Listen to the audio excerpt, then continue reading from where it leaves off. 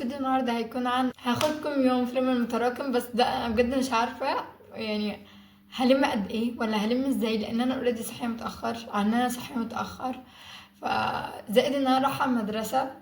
ف طبعا باين على وشي ان انا لسه صاحيه. انا يا دوبك بس كلت وعملت لي كوبايه قهوه طعمها وحش وما فيهاش وش، مش عارفه. المهم، بس قبل ما نبدأ الفيديو متنسوش تعملوا لايك سبسكرايب كومنت وشير وشارات، ويلا نبدأ. انا ليه اصلا برم المتراكم؟ انا اصلا كنت بقول وكنت عامله جدول على اساس ان انا هلم المتراكم بتاعي كله في اسبوع او اسبوع ونص. تمام، اللي هو يعني اسبوع او اسبوع ونص. كنت مفكره اصلا امبارح كان يوم 8/12، النهارده 9/12. تمام، كنت فاكره ان امبارح 18/12 والنهارده المفروض 19/12. فانا كنت بكتب التو دو ليست بتاعتي على اساس ان احنا خلاص فاضل اسبوع والسنه الجديده هتبدا بقى. تمام، هتقولي فكرت فيها ازاي؟ يعني انت ولا حطيت حتى الكريسماس ولا الكنيسه قالت حاجه بخصوص الكريسماس، لان قبلها باسبوع بيبقى عندها حفلات وبتاع والكلام ده. اللي هو دماغك فيها ايه؟ يعني دماغك فيها ايه؟ المهم يا جماعه، الحمد لله النهارده 9، يعني هي مفرقتش 9 من 19، 10 ايام بس يعني. فدلوقتي انا هبدأ مذاكرة على طول. مش هبدأ مذاكرة، هكتب التو ليست الاول وهصلي، وبعد كده هشوف هلاقي ايه، لان لو راح على المدرسة اكيد بنسبة اكيدة، فانا من لازم اكتب التقييمات، لان النهارده المفروض عندها تسليم تقييمات عربي. كنت هفكسلها وكنت اقول حابه اديها للمستر يوم الاحد اللي جاي بقى والكلام ده. قال لو حد مش هيجيب النهارده هياخد صفر في تقييمات الشهر. انا اكيد مش عايزه اخد صفر، فلو حد سأل او بيسأل بيقول هي دي بتأثر، اكيد بتأثر. يعني اي حاجة لها درجات اكيد بتأثر يا جماعة. يعني بعدين على الضفيرتين اللي عايشين وعاملين كأن في سنة اولى ابتدائي.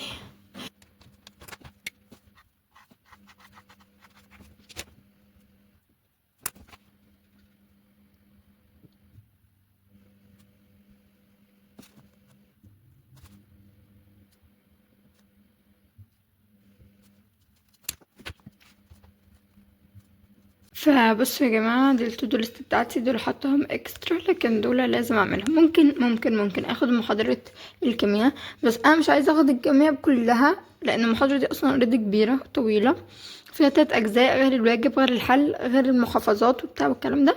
فانا مش عايزة اخدها كلها بصراحة في يوم، بس انا اهم حاجة اخد الفيزياء. ليه؟ لان الفيزياء متراكم، لو خدت دول النهارده يبقى كده متراكم عليها 3 محاضرات، وبعد كده هكتب التكليمات العربي. يعني دول اهم حاجه، دول بقى بعد المدرسه كلهم. هل هلحق؟ ان شاء الله هلحق طبعا. يعني انا مش عارفه انتوا سامعيني ولا لا، بس انا خلصت التكليمات ودلوقتي المفروض هلبس وهروح على المدرسه. فيا جماعه انا دلوقتي لابسه لبس المدرسه ونازله. لو حد شافني اعملوا نفسكم مش عارفيني. تمام، وشعرك المنكوش ده هيبقى بشعر المنكوش ده. انا اصلا رايحه غصب عني يا جماعه، انا رايحه عشان تقييم عربي. انتوا متخيلين؟ انا اصلا ما عملتش غير التقييم، ما عملتش غير التقييم بتاع العربي، الاداء الصفي والاداء المنزلي والاداءات، وبس كده. ارجع لكم لما اجي من المدرسه واريح شويه، بعد كده نشوف بقى هنعمل ايه، لان انا مش هنام غير لما اخلص التو دو ليست دي. انا مش هنام غير لما اخلص التو دو ليست دي، عشان اللعبانه اللي انا فيها دي لا محتاجه تتظبط شويه. تمام، فلو سمعتوا صوت بره انت بتخبط على الباب، اعملوا نفسكم فيا جماعه انا يا دوبك عملت اول حاجه، بعد كده رحت المدرسه. انا جيت من المدرسه دلوقتي، هحل الواجب، بعد كده هاخد المحاضره اللي بعدها اللي هي تطبيقات النحو. تطبيقات الضغط، يا لهوي انا اللي جالي الضغط بامانه. فيعني أنا مش عارفه المحاضره اصلا لوحدها بقت بتاخد معايا وقت طويل، بقيت بطيئه او انا اصلا بطيئه، فانا مش عارفه بصراحه. فدلوقتي هحل، بعد كده نشوف بقى، فاهمين؟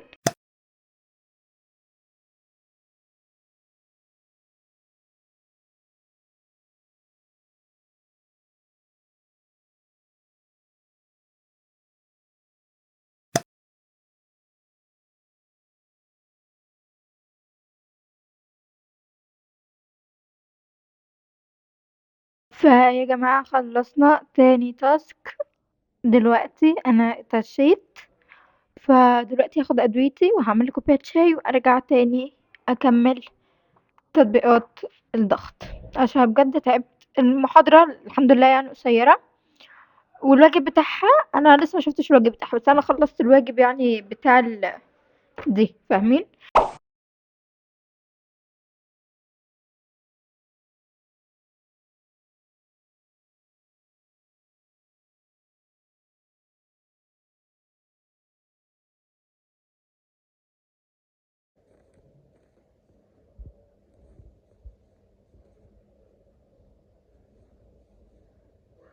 فيا جماعة أنا خلّصت الدرس ده الحمد لله ذاكرته، وهي حليت الواجب تمام.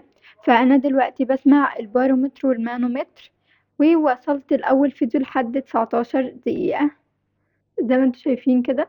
فأنا هنا فاضل لي المانومتر وخلاص بقى أخلّص تمام. ف الحمد لله يعني أنا بانجز، دول زيادة فاهمين اللي هو إيه.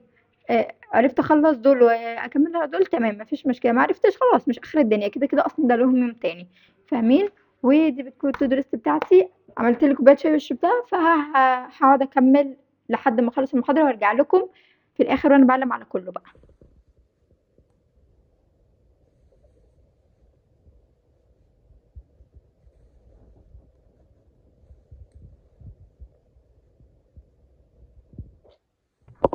يالّا حبايبي زغرطوا زغرطة عالية كده أهو.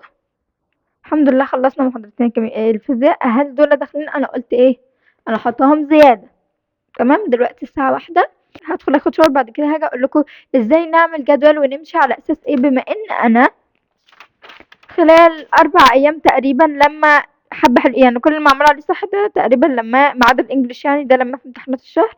أنا وصلت كمان للمحاضرة السادسة بس ما علينا، مش مذاكراهم بس سمعتهم بس، اللي في إيدي ده بسبب بنت خالتي، ما علينا. المهم لمّا العربي ولمّا الكيميا ولمّيت كمان الكام محاضرة فيزيا دُول في 4 أيام. هو اللي يشوف من واحدة يقول اللي هو قليلين يعني، الناس بتعمل أكتر من كده، بس أنا بالنسبة لي لأ.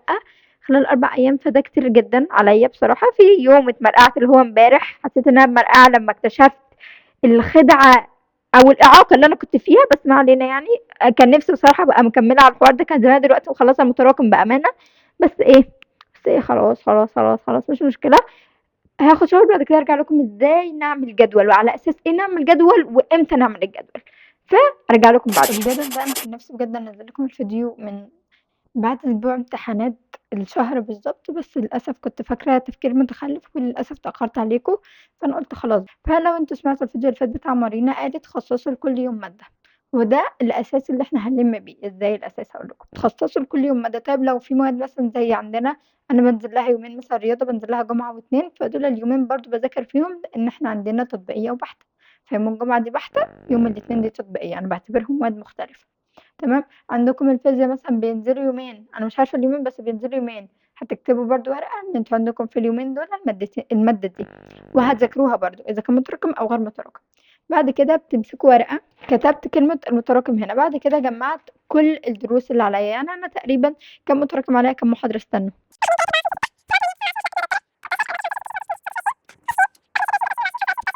كان عندي 28 محاضرة. رُحت مسكت الآلة بتاعتي وكتبت 28 وهنقسمهم على الأيام، مش يعني ما نبقاش متخلفين سوري في الكلمة، ما نبقاش متخلفين ونخليها مثلًا في أسبوع، مستحيل 28 محاضرة يتلموا في أسبوع. وعلى حسب برضه أنتم يعني تقدروا تذاكروا كام محاضرة في اليوم، وعلى حسب برضه محاضراتكم فاهمين. يعني أنا مثلًا محاضرات العربي يوم السبت ده باذاكر فيه كتير، لإن أنا مش بانزل فيه دروس أو مش باعمل أي حاجة في البيت، فأنا باذاكر فيه كتير. مثلًا ممكن أكون مخلصة محاضرتين إلا مثلًا محل الواجب، من غير مثلًا ما أسمع الواجب فاهمين، وهيبقى في حاجة متسابة تمام. فمثلًا أنا عملت 28 محاضرة على 10 أيام. جاب لي قد إيه، إن أنا تقريبًا هالِم 3 محاضرات إلا، اللي هو يعني هتشد شوية، يعني في مواد هتاخدي فيها 3 محاضرات وفي مواد لأ. زي إيه مثلًا المواد اللي باخد فيها 3 محاضرات أو باكروتها. يعني الفيزيا بقيت مش باحل، يعني في الأول كنت باحل أنا الواجب بعد كده باسمع الحل كله تمام. دلوقتي بقيت لو أنا حليت مش باسمع الحل، باشوفه من ورا. لو أنا ما حليتش يعني أنا باحل صح، يا رب أكمل لحد كده، مش باحل كله صح يعني الحاجات اللي باغلط فيها بارجع أشوفها. لو أنا ما حليتش بقى باسمع الفيديو، أنا باستسهل وباحل أنا لوحدي وباشوفها من ورا. فهمتوا؟ فاكرين الورقة اللي كتبتوها من شوية إن كل يوم عندنا مادة أو هتمسكوا بقى توزعوا المتراكم دي على أساس الأيام دي. يعني مثلا أنا مخصص يوم السبت للعربي، أنا متراكم عليا إيه دلوقتي؟ محاضرتين، يعني السبت اللي جاي عندي محاضرتين، أنا كده خلصت العربي المتراكم في يومين بس. ممكن تاخدوهم يومين ورا بعض بس أنا ما انصحش بتاني، يعني أصلا المدرسين خلصوا المنهج وأنا عمالة أصيح على الحوار ده بس. نسكت بعد إذنكم. المهم آه انا كده خلصت العربي بتاعي في يومين، وانا اصلا اوريدي يوم السبت اللي فات او السبت اللي او يوم الخميس اللي فات برضو مخلصه محاضرتين، فانا تقريبا مخلصه 4 محاضرات في يومين. تمام. انا بالنسبه لي ده كويس قوي، لان العربي لو حد ما يعرفش مستر رضا فاروق بيخليها اجزاء، يعني انتوا عارفين. تمام، على اساس ان الدنيا اختلفت دلوقتي. سنه اولى ثانوي بقى انا برضو عملت الجدول ده ومشيت معاكم فيه ولميت حرفيا كل المتراكم، وبرضو كانت لسه ناس بتسال على اساس ايه اعمل الجدول او ازاي اعمل جدول وليه، يعني اوزع الحاجات دي ازاي. فانا قررت اشرح لكم ازاي انتوا تخططوا للجدول، بعد كده انتوا بقى وزعوا على مقدرتكم. كده بيكون خلص الفيديو. لو عجبكم الفيديو ما تنسوش تعملوا لايك سبسكرايب كومنت وشير وشعارات. انا اسفه جدا على التاخير اللي احنا بنتاخره ده، وان احنا بجد احنا اصلا عايزاكم تدعوا لنا وتدعوا لكم، يعني تصلوا لنا وصلي لنا، نصلي لكم وتصلوا لنا. بحاول اجمع اصلا دلوقتي الساعه 2 الا او 3 فانا هنام على طول، واشوفكم اليوم اللي جاي. باي.